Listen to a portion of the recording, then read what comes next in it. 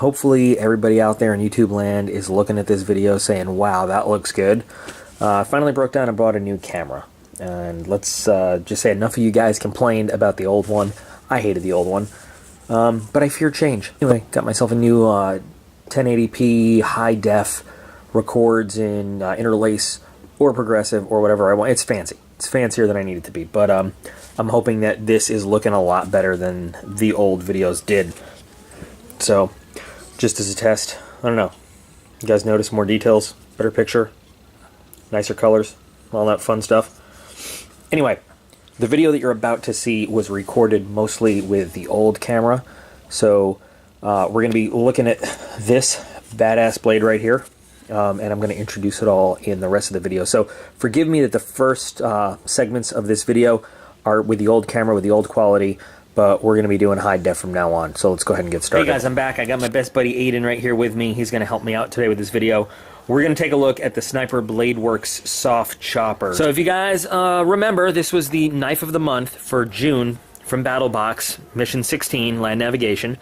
I opened it up. I was pretty happy with it, and I said maybe I'll do a review on it. And you know, I got some positive responses on that. Yeah, let's see a review on it. So here we go. So first of all, this is really cool, but this is not the kind of knife I would buy probably on my own. I'm more into folders and stuff I can carry around in uniform, out of uniform, just sort of EDC type stuff. Some hard use, yeah, but I'm not really that into fixed blades. So I'm kind of glad that they put it in the box because I wouldn't have had the opportunity to play with it otherwise. And I just would not have bought this. I would have looked at it and said, damn, that looks cool, but overall first impressions, I'll tell you right now, I really like this knife. Let me go over some of the specs on the knife just again up front. So overall it's 15 inches, like from the point to the pommel of the handle. The blade is 9 inches. You've got about 8 3/4 inches of actual cutting surface. It comes out of the box, or out of the sheath anyway, as you'd expect for a knife like this, not razor sharp because it doesn't need to be. It gets a lot of its cutting power from the brute force of using it. We'll talk about that a little bit later. But decent edge. It is definitely not going to be like paper test sharp. But if you get a good whack on something, this is going to split right through it. So you've got that going for you. The blade is made out of 1075 carbon steel, and of course, a knife like this, you want carbon steel for that extra edge retention. It's got the coating to help avoid rust and stuff because it's a high carbon steel.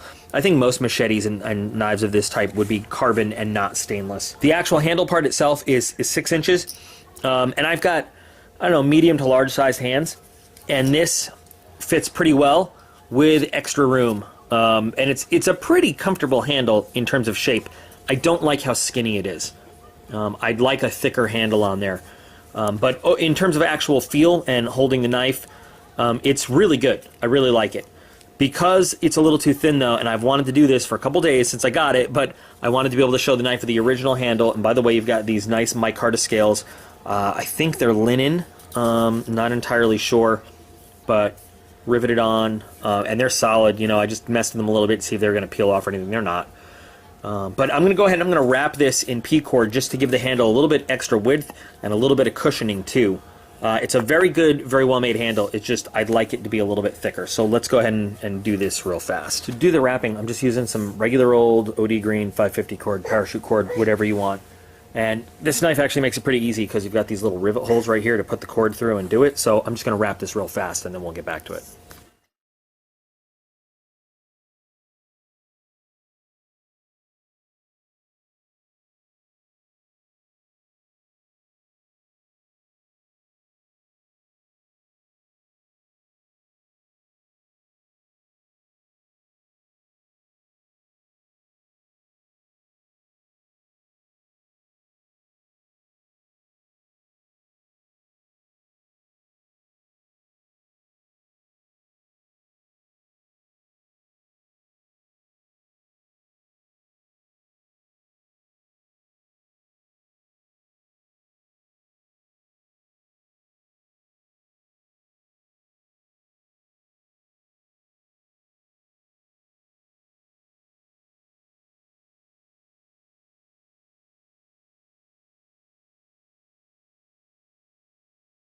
So here's the finished wrap. Nothing fancy.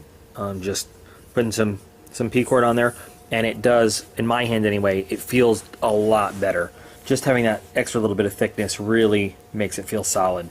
And I stress again, there was nothing wrong with the design. The shape is good, it fits in the hand really well.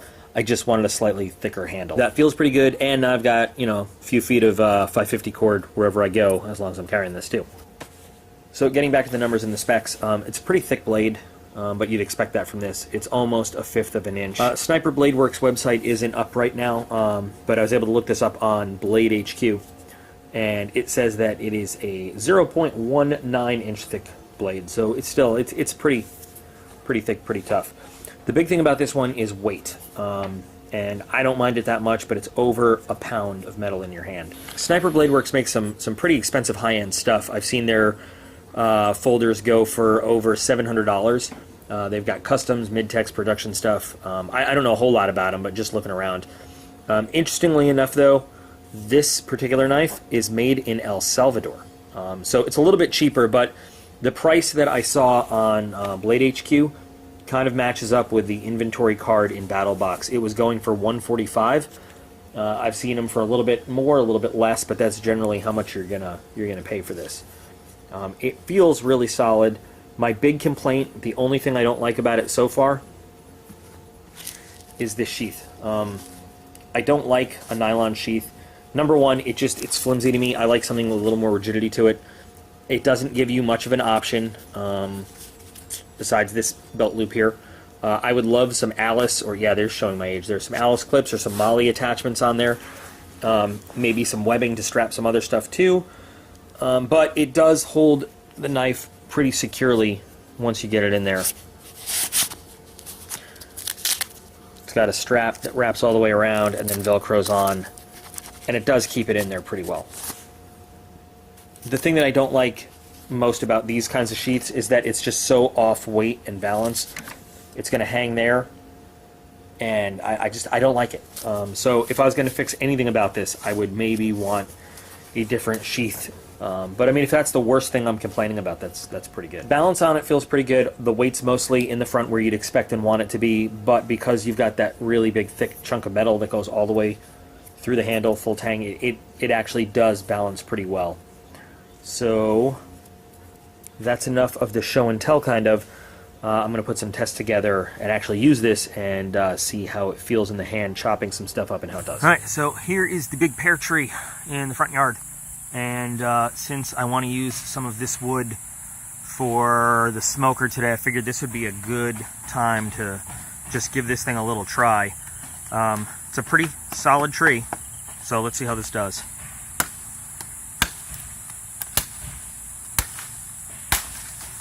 Pretty good, and really not much messed up. That's just tree. That's just tree right there.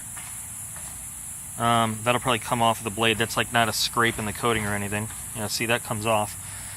This is actually a great blade.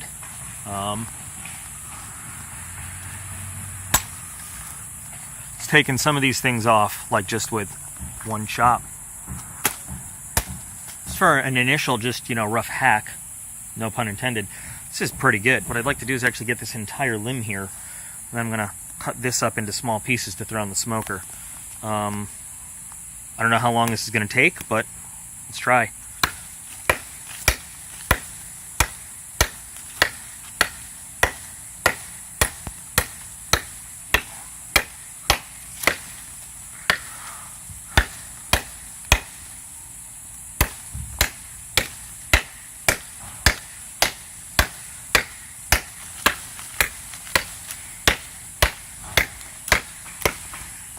Sorry for the bad camera work there, guys. It's just, it's kind of hard to do it, but this is making really short work. This is a pretty big branch. This is, I don't know, between 2 and 3 inches thick right here, and you can see this is some pretty good hardwood here. This is not like some kind of easy to chop down thing, so.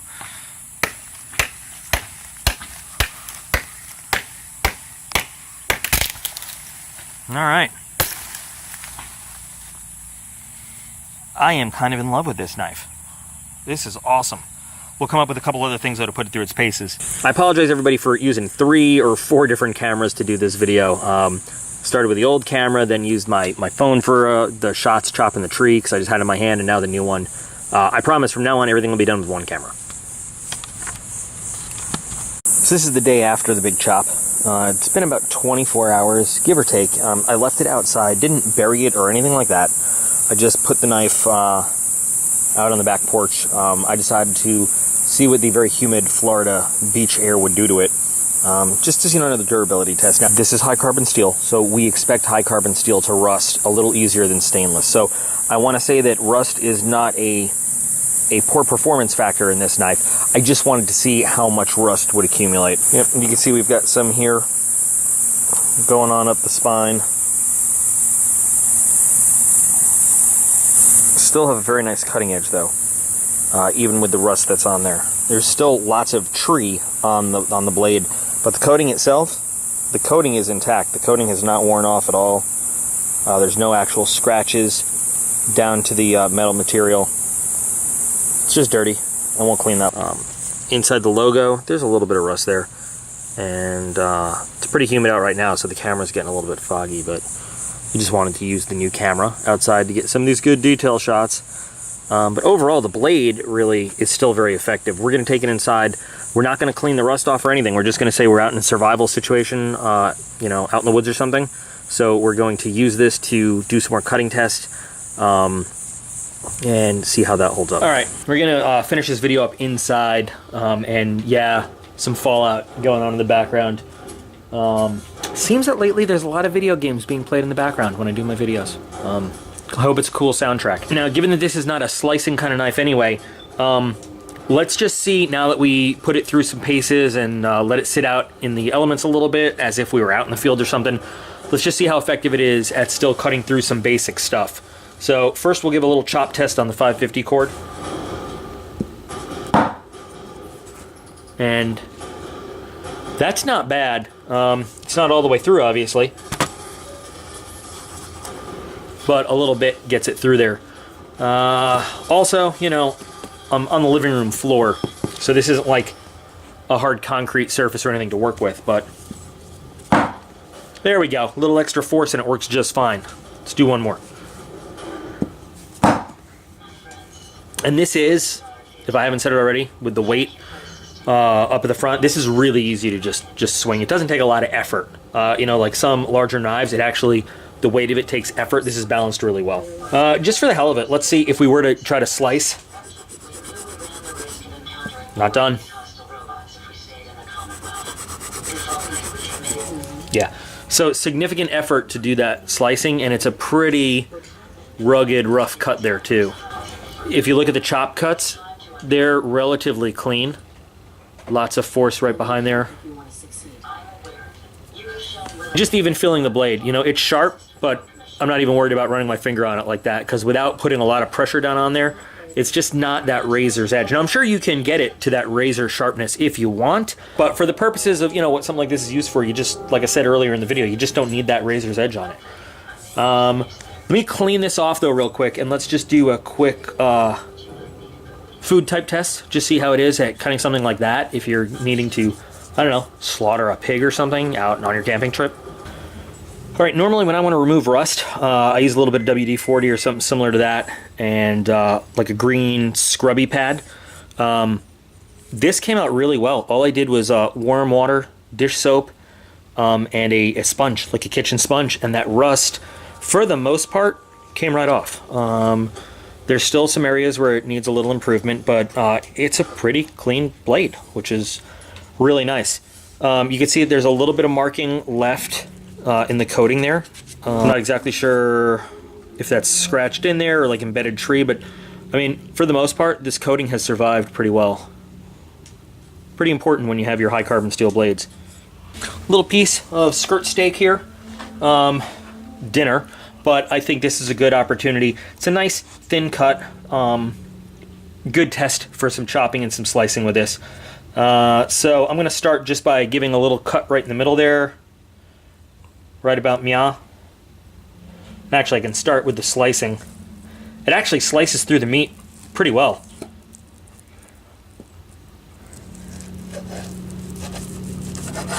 for a knife not intended to slice, that's not bad. Having a little trouble with the fat layer over here. But there you go. And now let's give it a little bit of a chop. Oops. I knew I wasn't going to get that even, but...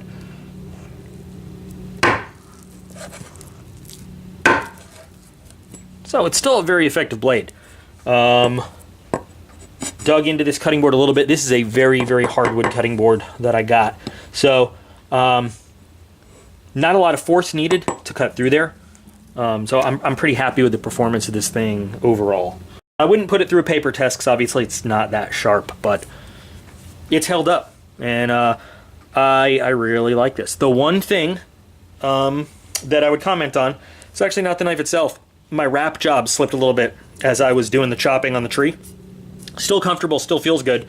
I just needed to do that a little bit tighter, I guess. So that's something to keep in mind if you're going to get one of these and do something like that. You need to do that wrap a little bit tighter than normal, just to make sure it doesn't slide around at all. Because the P-cord doesn't really have anything to grip onto that handle. It's a nice handle. Redo that, maybe with a different color. But overall, great knife. Really great knife. Do next that you're not going to see is I'm going to scrub the whole thing down once again with a green scrubby pad, get all the imperfections off and everything. I'm going to take some Tough Glide or Tough Cloth, give it a good wipe down to help the uncoated areas, protect from rust and everything. Put this in its little sheath and then put this with my gear for the next time I am out somewhere and I need to use this. That's it. In the last video I gave you the rundown of all the stuff that's coming up next, so also that stuff still applies. So anyway, hope you guys are enjoying the new camera. I'm loving the new camera. Sorry again that this video was made with like 3 different sources and looks kind of crazy, but it's a little hard to go back in time and duplicate all that stuff with the new camera. So thanks for watching, guys. I'll be back again real soon.